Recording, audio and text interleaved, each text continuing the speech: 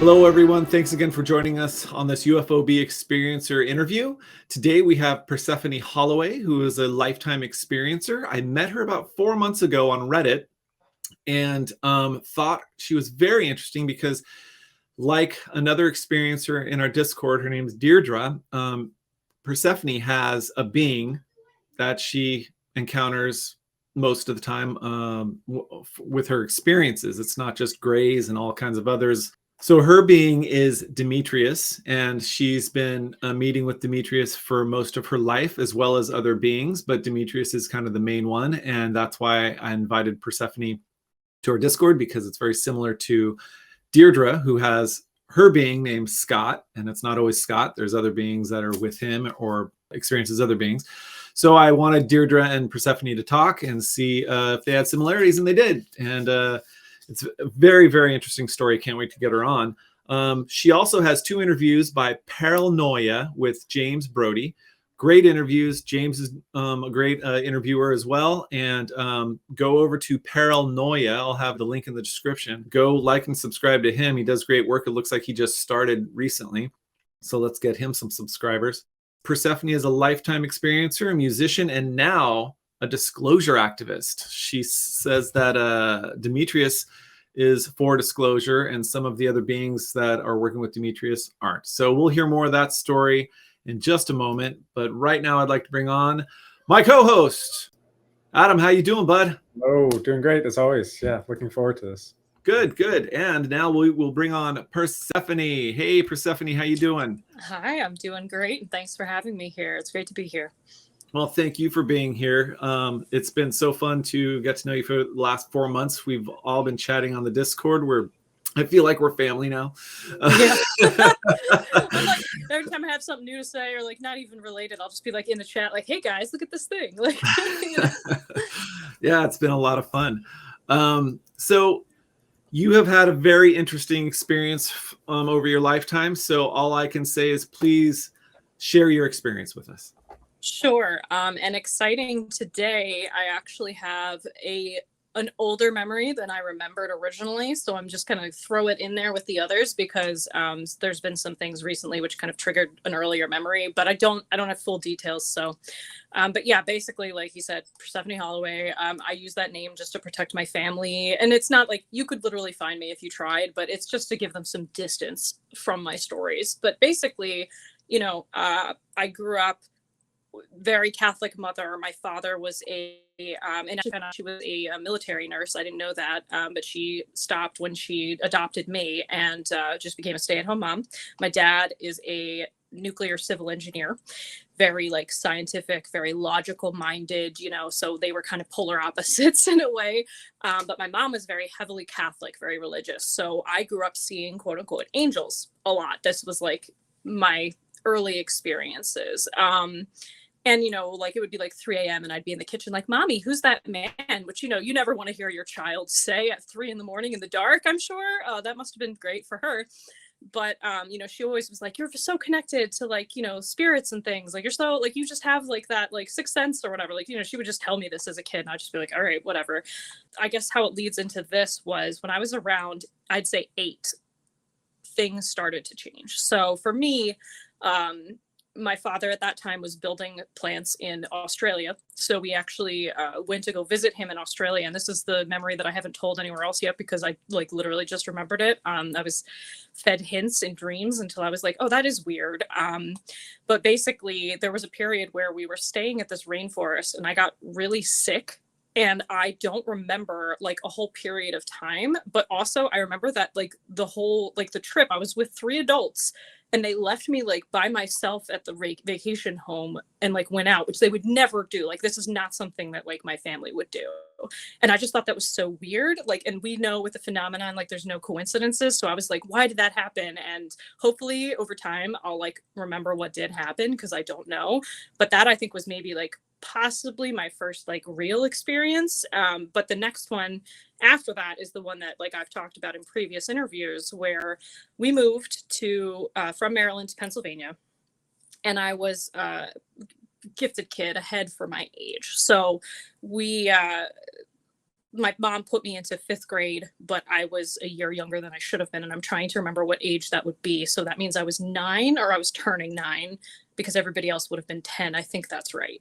So I was bullied because I had, moved from somewhere else. Like nobody knew me. And this was like one of those Catholic schools where like everybody knows each other since like the wee ages. So like, a stranger comes in, I was ahead for my age. I wore glasses. I was a book reader, like just a weird kid. And, I talked about like ghosts and stuff because I thought that was normal, but like apparently that's not normal. So a lot of times the other kids would like leave me to my own devices if they weren't like actively bullying me. So this was one of those days. They left me over at the swing set, and normally there should have been like a chaperone or something nearby, but for whatever reason that day the chaperone wasn't there. So I was literally like across the field from everybody else over at the other side of the playground, like on the swings. It was like this man just appeared before me. I don't know, I didn't see him walk up. It's not like he came around a corner or something, because there was a school building there and like woods behind it, but like he just was like right there.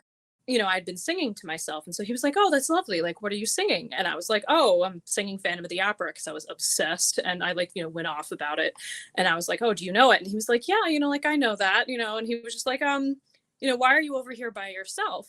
And I was like, "Well," yeah. And, again, I'm having this conversation with this man as if like there's nothing wrong. I also got the feeling like I knew him, and something in my head told me he's a teacher here, but that doesn't make any sense because like he didn't dress like the teachers would. He had on a blue jumpsuit, like a royal blue jumpsuit. There were no seams, no zippers, nothing like that. And he also was wearing a silver belt, which I said, quote unquote, like did something. And I even wrote that in my childhood diaries, but like, I don't know what it did. I just know like, oh, it did something. And he had blonde hair and these startling blue eyes that like, I compare it often to my mom's favorite actor, which Richard Harris, back when he was like young, Camelot days, like handsome, young blue eyes. But it was more than that. It was like they almost glow, like a bioluminescence almost. Like it's unnatural looking, but like it's not scary, if that makes sense, at least not to me. But I felt like I couldn't look away from him. Like he made eye contact with me and I just like, I was glued to his face, and I knew that there were children with him, or I thought children, like smaller people behind him, but I couldn't look at them. And it was like, if I tried to like take my gaze off of his eyes, I couldn't.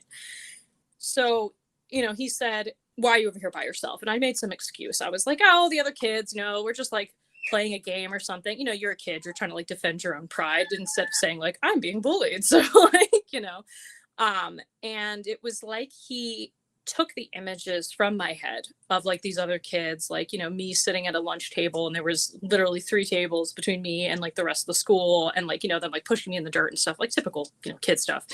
Literally, it was just like he just snapped it from my head, like the images. And I, again, I was not startled by this, which you think you would be, but like it seemed very normal.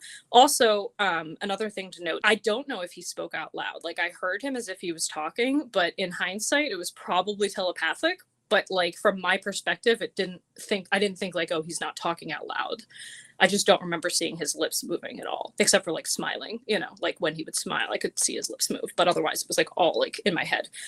His voice is, and has always been, a British accent, very smooth. When I say a British accent, for those who know the different regions, it would be like Oxford, so very like posh, proper, which again doesn't make sense, but there you go.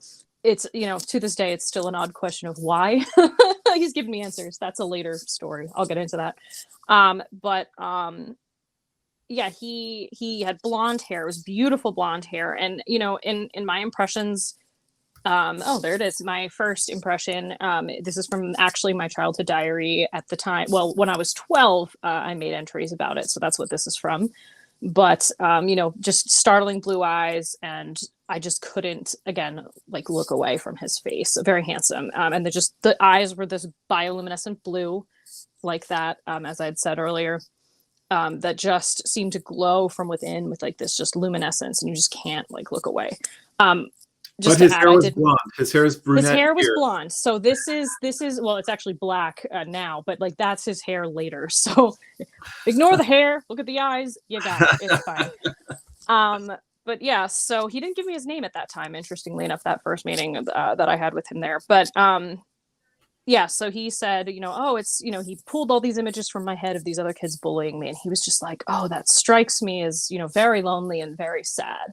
And, you're a kid. You don't know how to respond to that. You're just like, oh, it's fine. Whatever. Like, I'm a people pleaser. I don't want to admit that anything's wrong. So I'm just like, yeah, sure. Okay. And so he's like, well, do you want to be my friend? And again, modern day alarm bells would go off, right? Like adult asking a kid that. But for me, it wasn't weird because I was heavily involved with my mom's, like with the church choir, and like they were all just adults. I was like the only kid. So like for me, hanging out with adults and like playing board games and stuff was like, and with my mom was like a normal thing for me. So, didn't strike me. But also, again, I just felt so comfortable with him. And it was just like unnaturally comfortable with a stranger that I just met. And I was just like, yeah, I'll be your friend. And he was like, well, you wanted to be an astronaut, didn't you? And that was such an odd question because I had seen Story Musgraves talk a year before in Maryland at a science fair. And, he had even mentioned like the possibility of like extraterrestrial life out there and like all the things, the wonders to discover in space. And I was like, I'm going to be an astronaut. And then I found out like I have astigmatism, so I can't. So, or at the time I thought I couldn't. So I was like, oh, well, there goes that dream, at 8 already giving up, like apathy. But yeah, so he asked that and I didn't ask how he knew that. So I was just like, yeah, I did. I wanted to be an astronaut. And then he said, well, do you want to come with me? Do you want to go on adventures? Do you want to see the stars? And he held a hand out to me. And I looked at the palm of his hand and I was going to take it. But my mind was just like, literally my response was, my mom's going to be upset with me. Like if I skip school, like I can't skip school. And he just kind of laughed like at that, or I could tell he was amused a little bit at that. And he was just like, that's all right. I'll come for you another day. Cause like he could tell I wanted to go, just, I, didn't want to miss school. So, it was like he just disappeared. Like he just left. Like he was there with all these people, these kids, quote unquote, behind him. And then they were all just gone. And I remember that there was like a silver streak from behind the school. And then I'm just sitting by myself on the swing set and I'm immediately hit by like, oh God, what just happened? What was that? Like, so I just was like kind of panicky. And all I wanted to do was go join the other kids. And I literally forgot about that conversation from the minute I like walked away from the swings. And I did not recall it. In fact, I didn't recall that until like, I would say even like last year. Like it's just that memory like completely went away. A few weeks later, or within a few weeks, I should say, because I was only at the school for a very short amount of time because I was being bullied. So my mom eventually pulled me out. This is September 1997.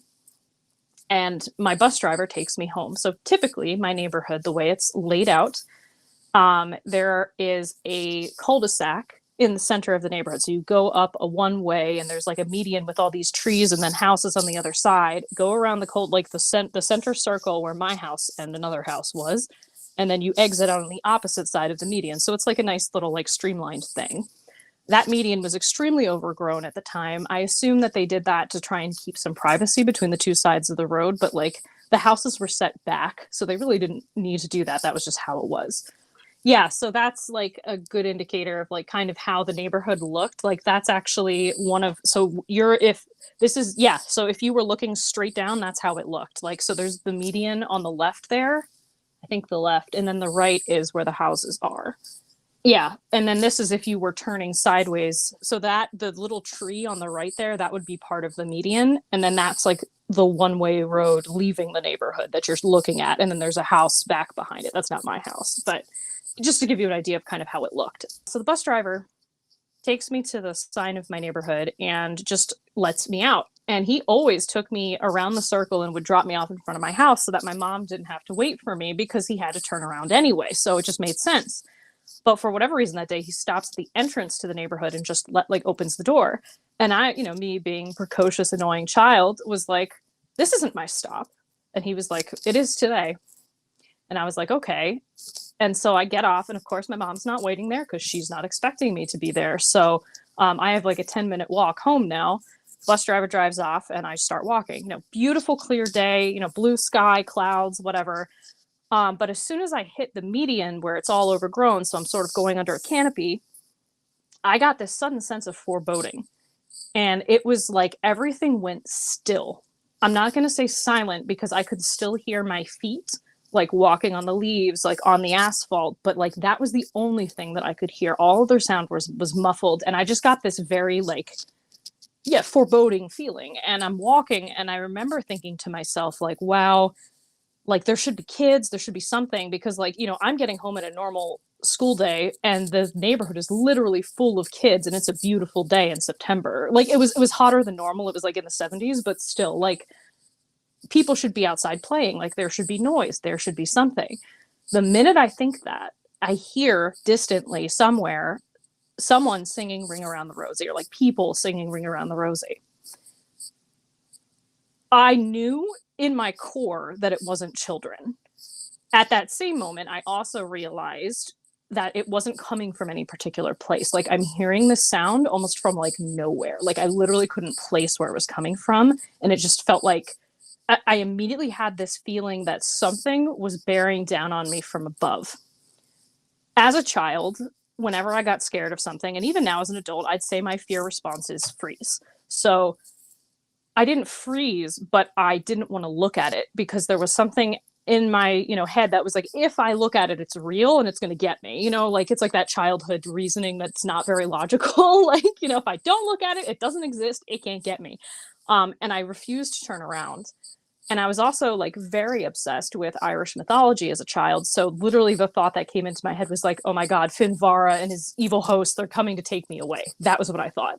And I bolted, like I just started to run. So from my perspective, I was running to my house, but then suddenly I was at the base of my driveway running up to my door, which didn't make any sense because even if I was running, like there's still like a part of the circle I would have had to run around to get to my house. So it was like I missed something, like something was wrong. Like I was running and then I was running somewhere else. And I was like, well, that's weird.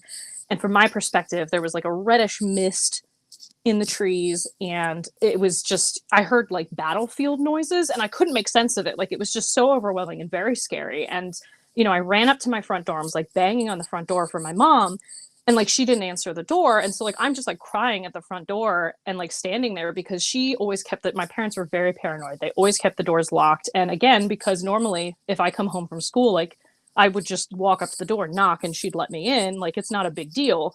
But like she just didn't come to the door. I have no idea how long I was standing there for, but the door just suddenly like swung open, and my mom was like, I don't even remember if she was like pulling on a jacket or something, but she definitely like came to the door and was like, where have you been? And I was like, I was just knocking on the door. Like, didn't you hear me? And she's like, no, I didn't hear anything.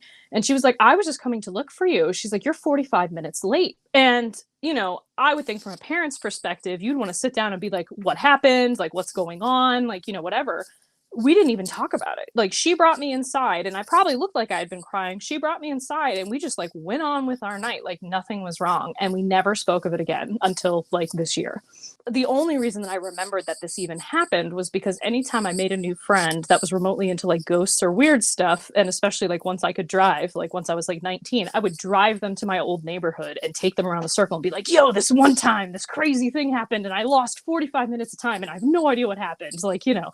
And, you know, some of the more skeptical friends were like, something bad happened, you know, and you're just like, I don't know, like, you know, I don't remember. And so for years I kind of went this way, and I'm going to skip around a little bit, but when I was 12, I gained back my memories and I wrote them all down in my diaries, but then I forgot about it again. And I literally even forgot that I had written it down, to the point where this year, when I started opening myself up to all of this again, and I started looking into it and I found my old diaries, like I panicked because like everyone talks about ontological shock. That was my ontological shock. Like I was literally laying on my bed in a ball crying because I realized that it was real. Like I hadn't been making it up in my head. Like, and that was intense because just seeing it written out, like, and you know, my memories now like slightly differ from the entry in that, like, the way that things happened, but like I think the answer is somewhere between both accounts. Like they're very, very, very close. It's just like there's a little bit of variance in some things, and I do think that some of it was a screen memory because of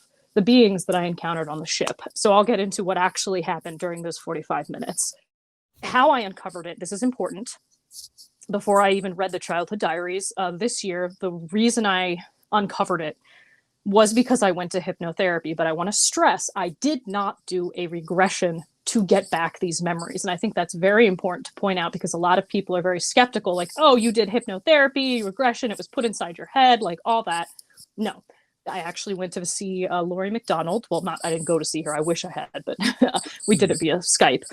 But Laurie McDonald is a hypnotherapist who's known for being on like Gaia. She works with a lot of experiencers, that kind of a thing. And when I went to her, she gave me two options. She said, we can do a regression, or we can do like therapy that will open up your own psychic ability so you gain back your own memories. And she's like, I can't tell you what to do. And she was like, but you have a lot of psychic ability. She's like, I can like feel that on you, and you have a lot of energy. And she's like, and I'm in California, but I can feel it from here. And so she was, if you recommend you do that one, because then there may be more memories that you'll remember over time. And I was like, yeah, let's do that. So we did that. Nothing came to me. It was just like, that was neat. We had a second session right after that, which was an inner child session, which just was working on like inner trauma healing kind of a thing. But so the way that this worked, and the way that a lot of hypnotherapy works, is oftentimes your younger self will like give you a gift at the end of it. Or no, I'm sorry, you give them a gift, because it's like you're trying to like it's like a thing. Anyway, point was, she turned around and handed me a gift, which was unusual, supposedly. She turned around and she handed me this blue sphere that was in her hand. But as she was handing it to me, it like floated up in the air and started like rotating. And I was like hit by like a flood of memories. And so once we were done that session, I sat down and I free wrote for like an hour of like everything that I was remembering at that time. At that point, I was like, I wonder if there's anything in my old diaries that would like correspond with this. So I went back to my diaries, and that's when I found all my entries, and I went into serious ontological shock, because like there was like wording that matched and things that matched. And I was like, there's no way that this is fake. Like, how would I know when I was 12? Like, it was a lot. So from my memories of what happened, and again, this may not be fully accurate, only time will tell, but from my experience of what happened, from the moment that I felt Finbar and his evil hostess coming to get me, and I started to run, I was frozen in place. It was like I couldn't move. I was paralyzed.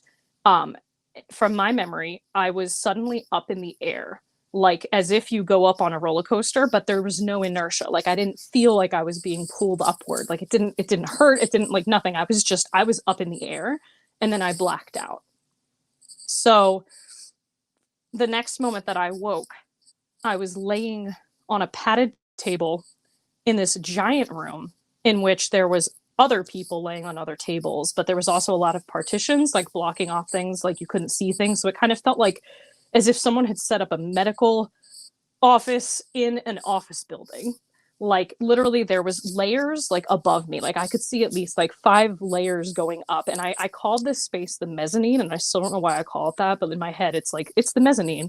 And each hallway had like this almost like golden copper like edge to it. So like it was actually kind of pretty, but like, it went up with these like partitions all the way up. And there were these small beings all over the place.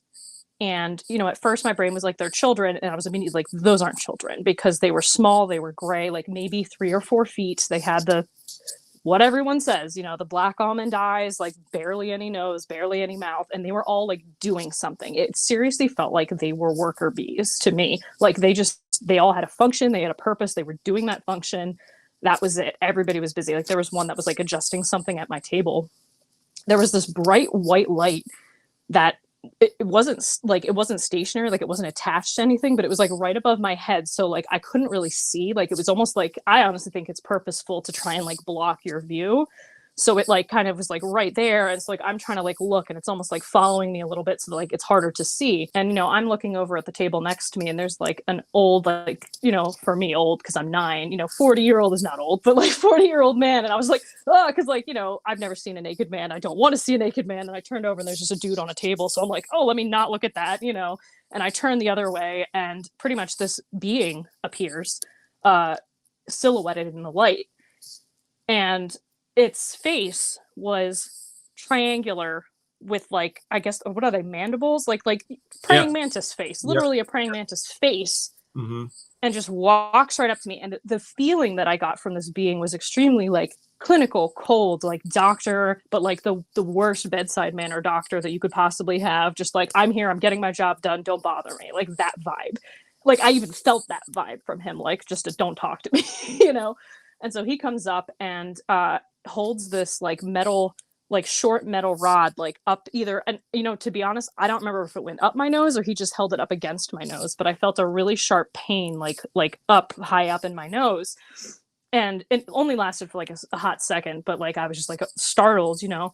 He seemed surprised that I was awake. I remember that too. Like he was almost like, okay, that's odd. Like, you know, you shouldn't be awake yet, kind of a feeling. But as soon as he did that, he was just like, we're done here, take her. And all the grays kind of surround me, pull me up, drag me off the table, and start dragging me away across the room.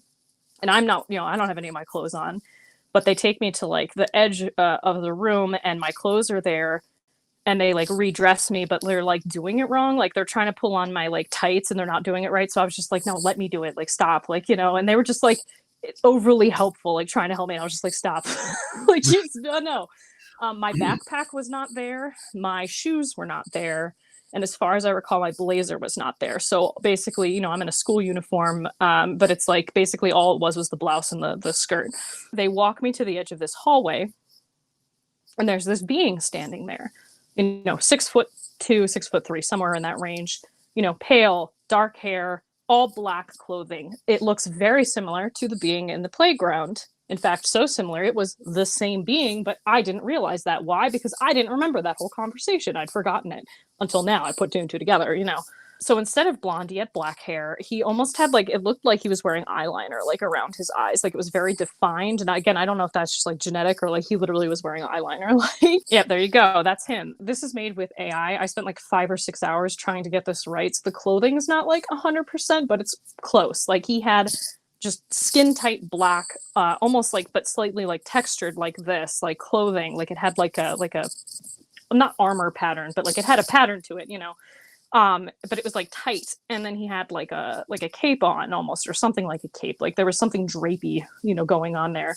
And there was like golden writing. Oh, that was even the first time. I forgot to mention that there was golden writing that I couldn't read on his like clothing. That like it was like as if somebody had like a name written on it, but I couldn't make sense of it because it wasn't English. It wasn't, you know, it almost looked kind of like hieroglyphic-y, but more geometric. And I've tried to draw the symbols I saw, but like I just can't.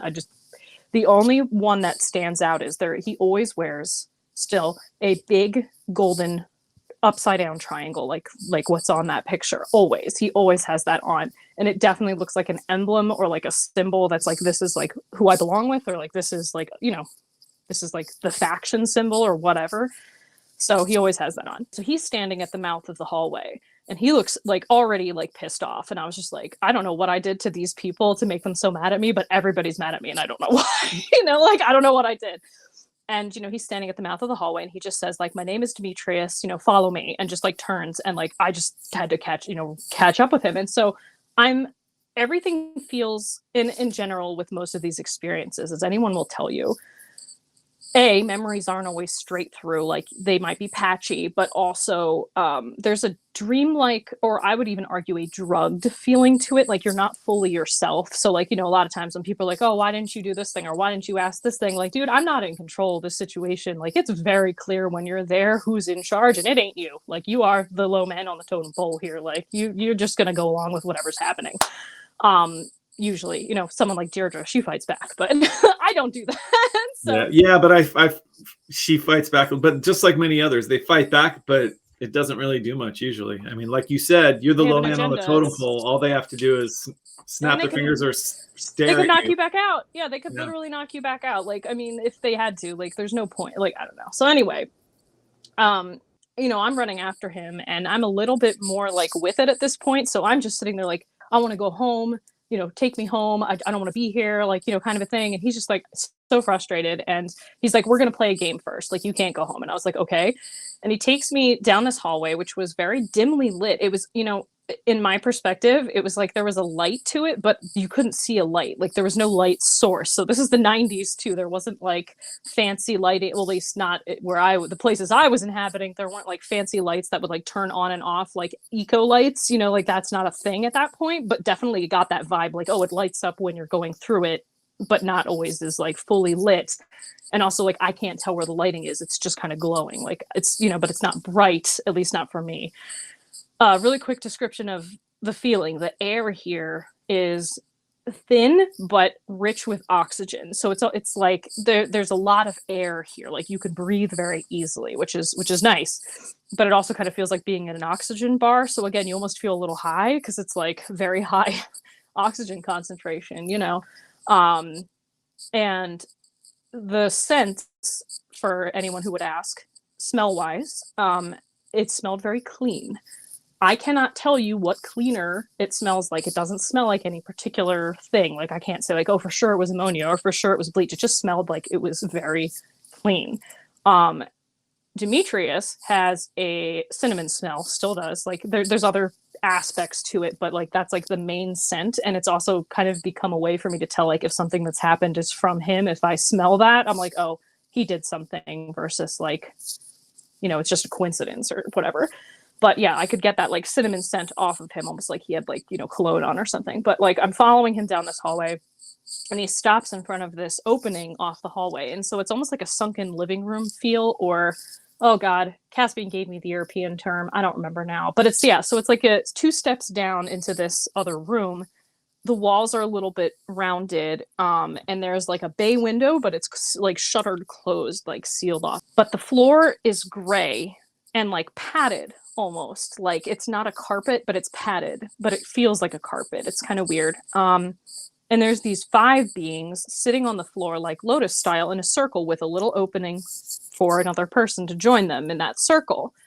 These beings had no face. They looked like the other gray beings, like the 4-foot tall beings or whatever, but they had no face. And I knew looking at these particular beings that these were not alive, like they were a machine and they were there for a purpose to teach something. Like they could do things, but they weren't like a being, if that makes sense. Like I just knew. Yeah.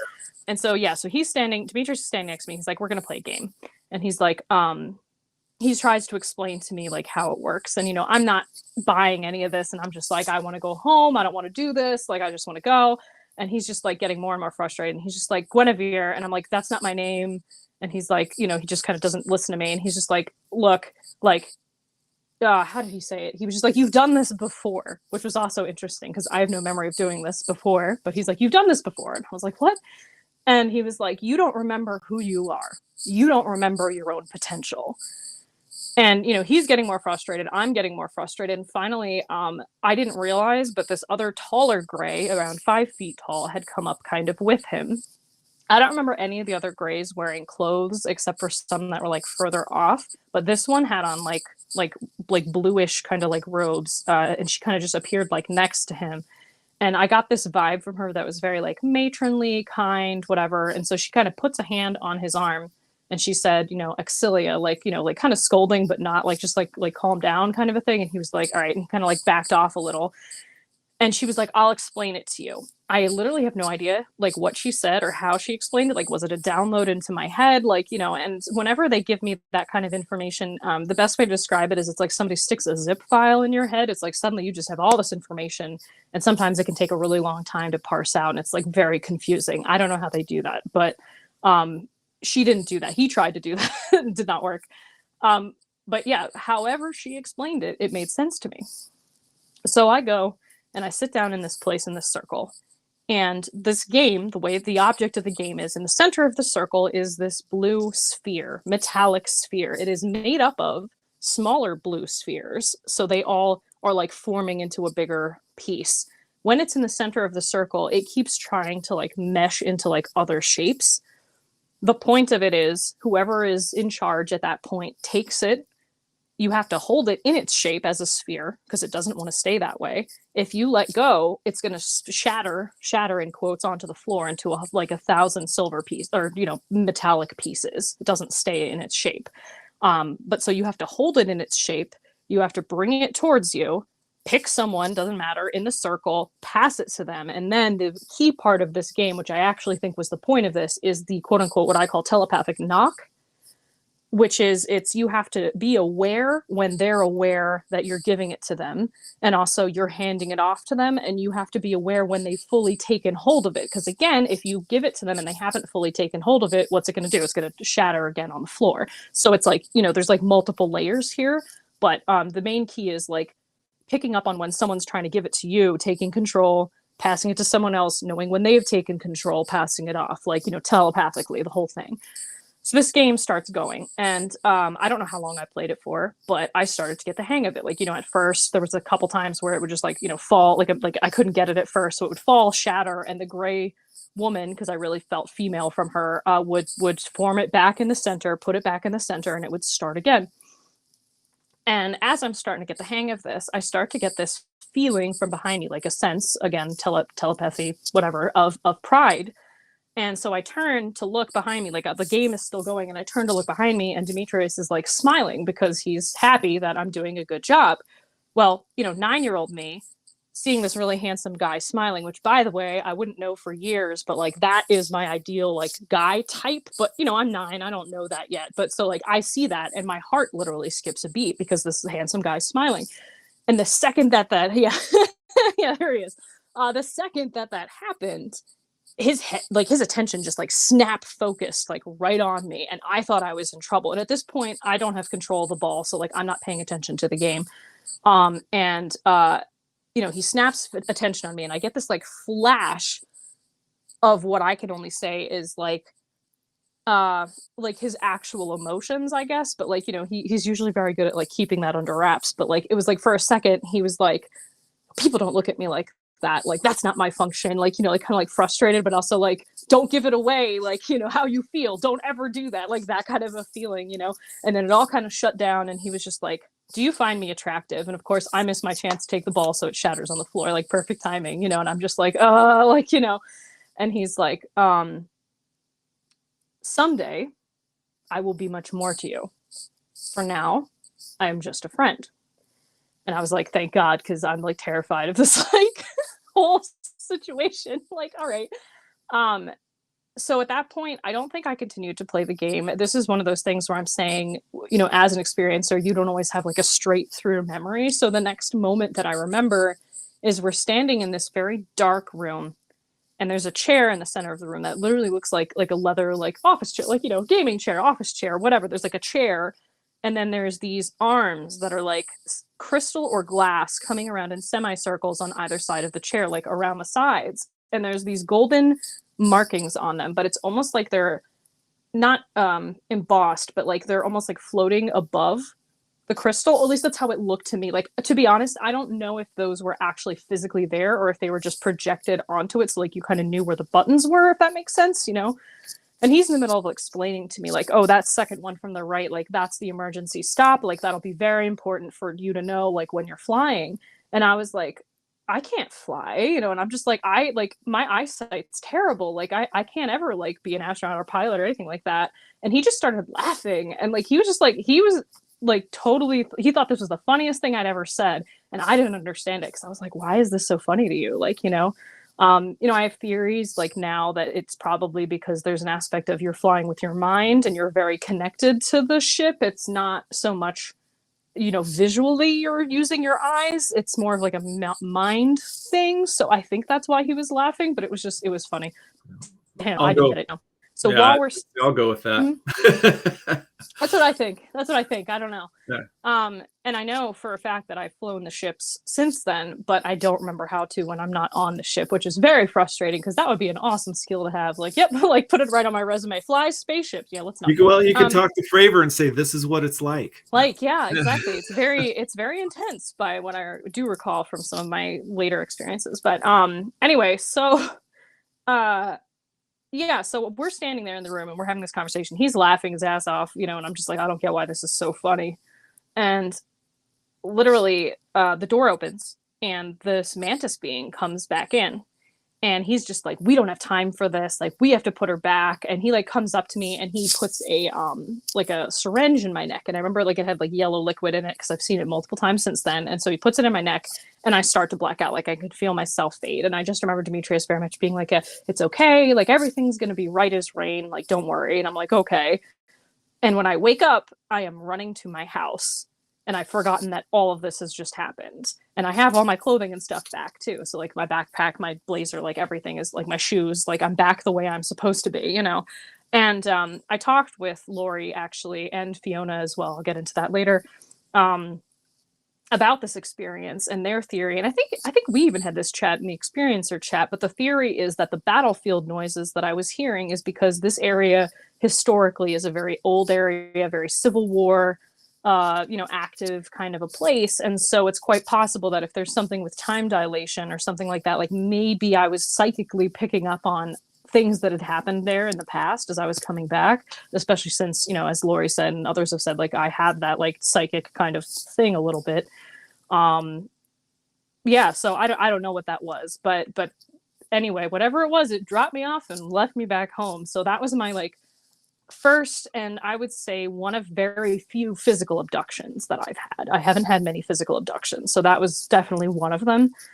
At least I can only imagine so, because I would think for 45 minutes, if a 9-year-old was standing stock still on the street, somebody would say something in the middle of the road, So yeah, that's my like first couple experiences, really. So, I'd like to go back just a little bit, just to any time when you're when you feel like you're being spoken to telepathically. Do you remember what it felt like to be spoken to telepathically? Do you remember, was it like with Caspian, he always says there's like kind of like a heavy feeling here or something to that effect? Do you remember anything, or is it just like talking in your head? So it can be heavy, but I would say it's more, it depends too, right? Like I find when I'm here, like I'm saying, like on a day-to-day, if I get a telepathic message from somebody or something, it's going to be a very like faint, like someone else is thinking a thought in my head is almost what it feels like. It's like I just had a thought, but it's not my thought, and it's somebody else's voice and it's in my head. That's like how it feels. When I'm there, like with them, or when they're near me, it genuinely feels like I'm having a conversation with you. Like, it's a full-on like voice, like I'm having a conversation, except it's not out loud. Like, but there's a connection. So for me, a lot of times energetically, more what I feel with these things is it's more, I would say, like buzzy for me personally. And I don't know if that's everyone or just me, but like I can feel like there's like a charge in the air whenever I'm like doing something weird, like connecting telepathically with someone else, like that's a distinct feeling. But yeah, that would be, I think, how I would describe it if I had to put description down for it. Okay. I think that's a great explanation, really, because I definitely have experienced similar, like almost like a warm, tingly buzz. Mm-hmm. And I have to say, the more you experience it, the more you get used to it. However, if it's the first time you experience various psychic phenomenon, it may feel very, very uncomfortable, feel very, very odd. And that's not even anything to do with like anything visual or anything like that. That's just like physiological perception of it, which might just feel odd.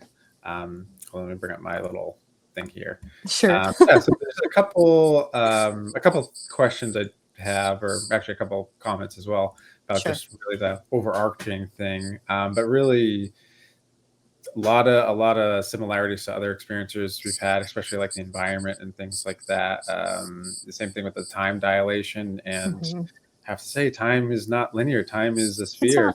It's not. Yeah, I've learned that since then. I've learned that very recently. Things like that can happen where you may perceive or sense something that is, it's easier to sense something in the past than go into the future.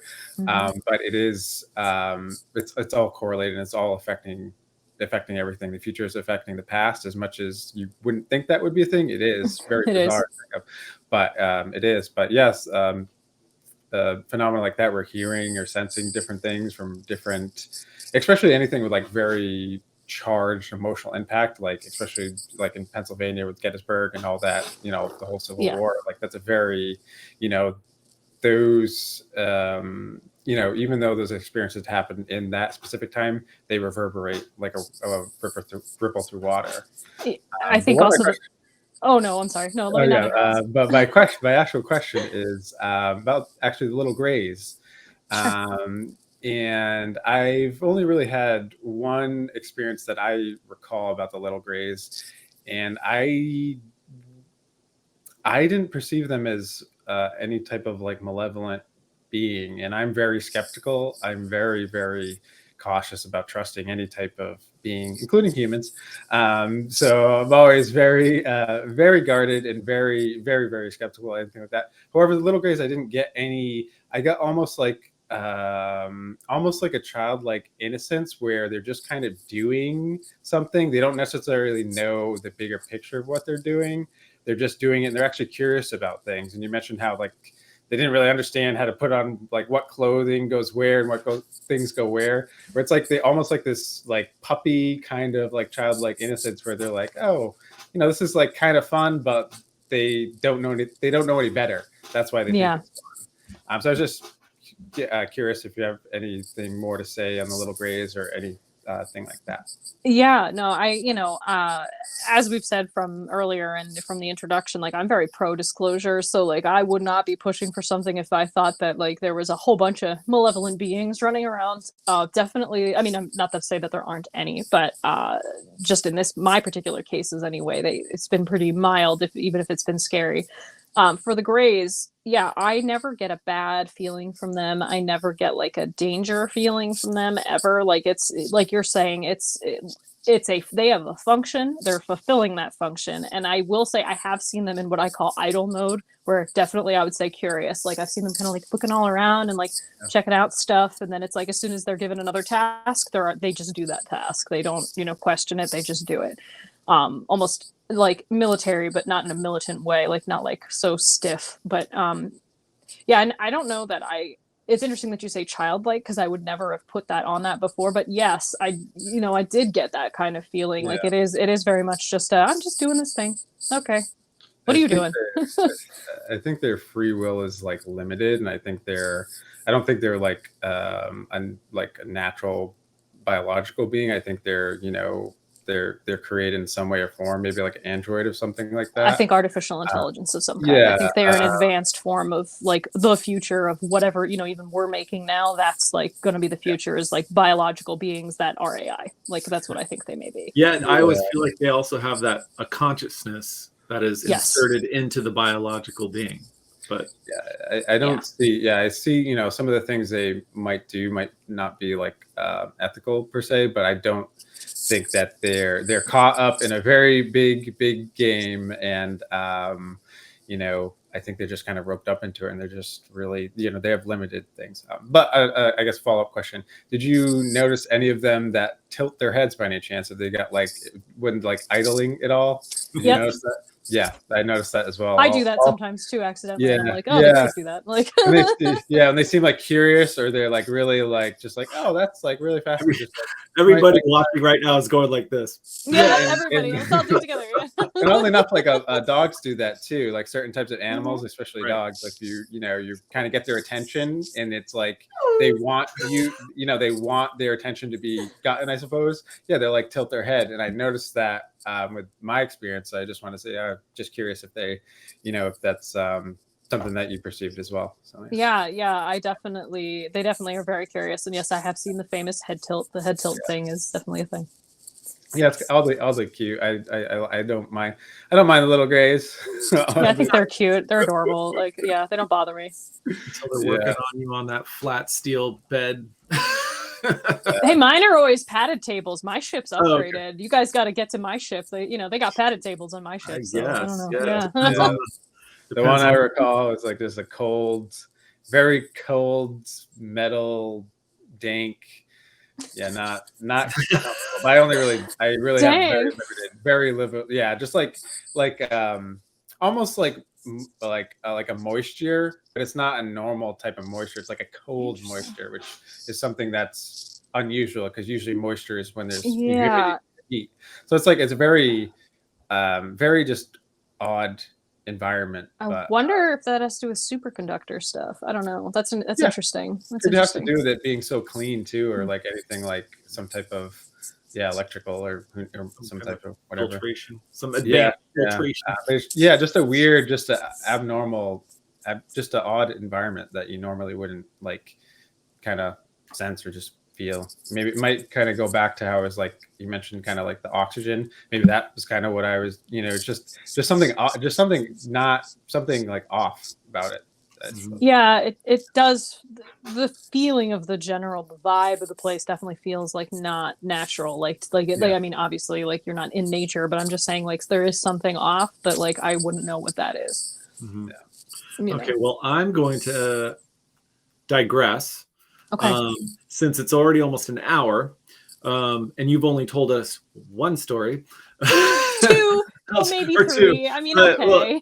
Well, not one story, but I mean one main contact / abduction. But yes, there were 2 or 3 just meeting Demetrius. But what I want to do is ask you about anything that has to do with disclosure, because that's what you're on right now. So let's talk about any feelings Demetrius has about it, and any other beings around him, and how it got you to where you are right now, because you're really headlong into being a disclosure activist just recently, right? In the last month or 2?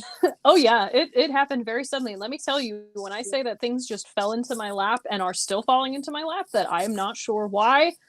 Yeah, it's like when the phenomenon wants to help you out, things just line up and it gets kind of weird. So without going into the full story, maybe I can do it another time. But like Your call. I turned myself off from all of this for a very long time. Like my psychic abilities had gotten pretty strong, like as a young teen, and so like I felt like I couldn't like sleep at night. Like it was really hard because like, you would just pick up on things and emotions, and it just, so I shut myself down for a very long time. And, I convinced myself that Demetrius was just a ghost or something from a past life. Like I was like, oh, that just must be what he is. Like I shut everything off. And it wasn't until 2021 that like things got really weird again. And, at a future point, I will go into detail about like those stories, because I really want to give them the time that they deserve. But one of the first events that I had this year, 2023, specifically in March, was a physical abduction. And I'm pretty positive of that because I felt myself levitating off my bed before it happened. Like, I mean, I guess it could have been astral. I don't know how this stuff works. Who knows? But I met with Demetrius and I felt more with it than I've ever been, in the terms of like, I didn't feel drugged. I didn't feel like I was asleep. I literally was walking around a room and touching everything and being like, oh my God, like I'm here, like I can feel this, like, and you're real, like, oh my God, I can feel your chest, like you're a thing, like you're a being, like, oh my God, like, and I'm just like wandering around this room having this conversation with him. And, I said something to the effect of like, I can't believe that like I'm here and like I'm conscious, like this is crazy, like it's never like this. And he was like, I prefer you this way. And I was like, well, why can't it be this way? And he was like, well, I'm a leader of a faction and we want, I'm pro disclosure. We want open contact. I want this interaction to be like the normal for us. This is what I want. And he's like, there are multiple factions at like work here. He's like, both here and in your world. He's like, within, and this is in March. I just want to throw this out, considering where we are now versus where we were in March. So I'm being told this, like, this is documented on Reddit. You can see that I was saying this back in March. So like, this is not, post, oh, well, she's just saying it now. Like, no, I was saying this back in March. And he was saying there are multiple factions within your government and here that are all butting heads. I'm part of a younger generation and we want open contact. The older generations prefer secrecy. And he said there are agreements in place with your leaders, is what he said. He didn't go into detail, and I didn't think to ask questions about it, but he was like, there are agreements in place with your leaders, and this has been the way that it's always been, but that's changing. He's implied like he's on a council. I have no idea what kind of council or what it is, but he said, I'm on a council. There are a lot of rules that we have to follow when it comes to contact. And I've been very meticulous about like how I've been doing things so that I don't get in trouble, because the worst thing that they can say is I'm not allowed to see you for the rest of your natural human life. And he's like, we don't want that. So he's like, so you know, I have to follow the rules and I have to do this the right way and everything. But he was like, I want disclosure. And he's like, you know, we got into other conversations. Again, I'll cover that in at a different time. Like, we got into conversations about psychic society and all of that. But he very much told me, I want you to tell your story. He's like, you know, I don't care who asks. He's like, you know, you may be talking to people that are within your government, your military, like you could get interviewed by your military. He's like, I don't care. He's like, I want you to tell them your story, like pretty much exactly as you remember it, And he was like, you know, if there's something I don't want you to tell a particular person, like, I will tell you, or we will stop you from doing that. And there have been times when I've been telling people my stories, I have literally watched the cursor on my computer just backspace and erase whole things. And it's like, oh, okay, I can't tell this person that, so I don't. But like, he very much was like, if you want this, like open contact, like what we're having right now, I want you to tell your story. That's what we want you to do. And so I kind of felt like it was, like, I hate saying a mission because it sounds stupid, but like I'm saying, like, I felt like from that point forward, it was like, yeah, that's what I need to do. And honestly, like from that, you know, I started just talking about it as like a random person on the Experiencer Reddit. I connected with Fiona Harris, who is an amazing hypnotherapist. And she connected me with Terry Lovelace, actually. And we had, you know, a private conversation. And he was the reason why I started even getting back into all this in the first place. And just from that to now, like the snowball effect of just like the people who I've met, like you guys, meeting the Experiencer group, like everything just sort of came together. But yeah, so in terms of disclosure, it sounds like there are beings who very much would like open contact. He's implied that his side is winning, like more recently, like he's basically been like, we're doing great, like this is fine. He's also said, you know, hey, you're not going to hear from me for a while because I'm busy. Like, and I have not heard from him in like weeks at this point. Like, I'll hear from him every now and then, like in a dream or something, but like, it's like not. Anyway, looking back, like even a year ago, if you told me that like I would be here now and like really pushing disclosure advocacy and like getting involved with like politicians and like people that like I never thought I'd be speaking to, like I would not have believed you, and I would have thought that like you were crazy, like, you know, if you told me that. And so yeah, it's very strange how it's gotten from point A to point B, and I'm here now. Well, I like the picture you made here. I'll show it. This picture. Yeah. Oh yeah, he said that too. That's about this year, guys. The end of this year will be a very interesting time for humanity, is what he said. So yeah, well, I like that it's just this gorgeous looking guy that's just swaggering on Mars or something. This year's gonna be the best year ever.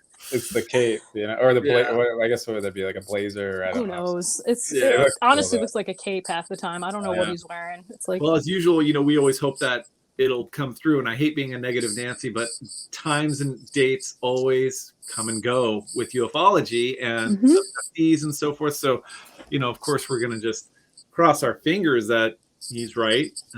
Only time will tell. I will say I've heard from multiple sources that are not me, not my entity, like other contactees. Some pretty big name contactees have mentioned, hey, I've heard the end of this year is going to be weird, or like I've heard this. So like I've heard it from multiple sources, so I'm hoping that that's true. Well, let's hope so. I mean, just at these UFO conferences, the one in Mexico, bringing out these old alien bodies that have been seen and stuff. It's silly, but I guess the point of it is also whether they're real, fake, made of pieces of other bodies, whatever. The point science will tell. Yeah, science will tell. But the whole point is also to just start getting it into the populace of the earth that stuff's going on. Be ready, possibly, or just get it into their minds, just like the slow drip disclosure of movies and science fiction. So we'll see. Yeah, hopefully the end of this year we'll see. It's not that far off. We're in September. It's not at all. Speaking of, if y'all want to watch something about slow drip disclosure and like everything that's going on right now, go back and watch that show from, I want to say 2010 or 2012, The Event.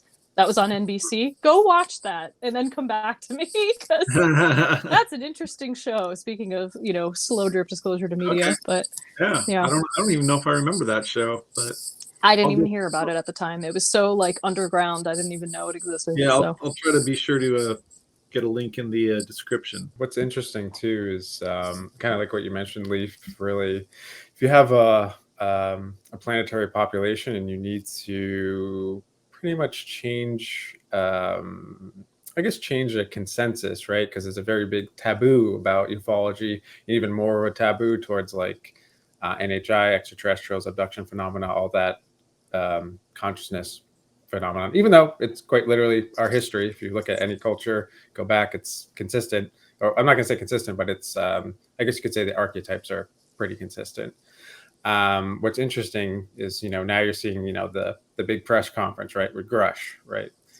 More people are starting to just thinking that, oh, maybe, just maybe, which if that conference didn't happen, they may have never actually had that, those moments of speculation or those moments of thoughts. Same thing with this, the whole fiasco in Mexico. It's just creating thoughts, creating potential probabilities. And, there obviously is a lot of the, this something's going to happen this date, something's going to happen that date. Time is probabilities when it comes to the future. So it really all depends what the collective perception is, or the collective consciousness, where it goes on the planet. Where we're at. Yeah. But one of the most interesting things you said from Demetrius is that there's factions. They have factions whatever they are and wherever they are. And there's also factions here on Earth within governments. And clearly, I would presume that these multiple factions and whatever you want to say at different environments, whether it be dimensional, whatever, blah, blah, blah, blah, they're communicating together. Yeah. So there definitely is an old guard and there is a new guard. And we're seeing the real time, we're seeing the, I guess you could say, I don't want to say battle, but you're seeing the dance, I guess you could say, or the match right now in real time here on Earth. And there's only more to come, really, especially in this coming, like this 10-year block here. It's going to be crazier and weirder. So hope everybody's ready. Oh boy. Yeah. Yeah. It's pretty, I'm not going to say set in stone, but it does seem to be the trajectory of this planet. Yeah. For sure. And I was just going to say, I'm actually starting up a podcast soon that's going to be called Keep Looking Up. And we're definitely going to delve more into all this stuff and like disclosure, ontological shock, post-disclosure, all of that. So definitely keep an eye out for that, because I think it'll be helpful for bringing the rest of the populace who isn't quite there yet to where we are. Which, I think is the next step for a lot of us. Like, not only are, myself and others like fighting politically for this and pushing political, campaigns from a public perspective, but the other half is going to be the public, like getting the rest of the public on board in whatever way possible. And you mentioned the Mexico hearing, I'm just going to throw out an old PR saying that no press is bad press, even though it's, kind of a fiasco a little bit, like no press is bad press for this. The more that we can get out there into the public consciousness, the better. So we'll make sure everything's in the description so people can contact you if they want to contact you, and also join the disclosure movement and with other groups. So that's about our hour. So thank you so much, Persephone. We will probably have another interview one of these days, as I always say with everyone. but it was very short because, again, it was only just the leading up to it. So I'm glad we jumped over to your current what's going on with you currently with disclosure. Yeah. Adam? Yeah, all right. Thanks so much for sharing your story. And really a big part of this series is really just to have a platform for individuals to talk about their experiences, which and I say almost every video can be extremely challenging to deal with psychologically in this culture. I guess you could say now I would say it's a little easier because there's more people that keep coming forward and really just speaking the truth. And a lot of it goes back to when we were younger. And it's like you piece these puzzle pieces together when you're an adult. Like happened to me. I didn't really like piece things together until I was like 25. And it's like, wait a second, that's not something that normally happens. And it's like, these aha moments that really lead to an potential eventual goal to advocate for really just the truth that, humans in itself are not the only conscious beings in the universe. And I'd even go as far as to say humans are not the only conscious beings on this planet Earth. Yep. Take that as you will. But I think that's very clear. And I think in the coming cycles of time, that's really going to be more and more accepted as truth by more and more people. But yeah, thanks again. Thanks for sharing your story, and there's more to come.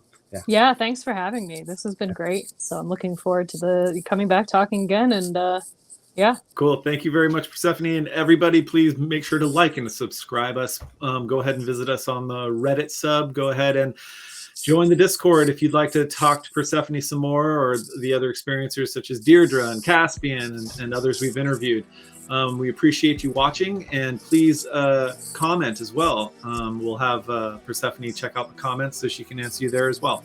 So thank you very much. Have a wonderful day, and we'll see you next time. Bye.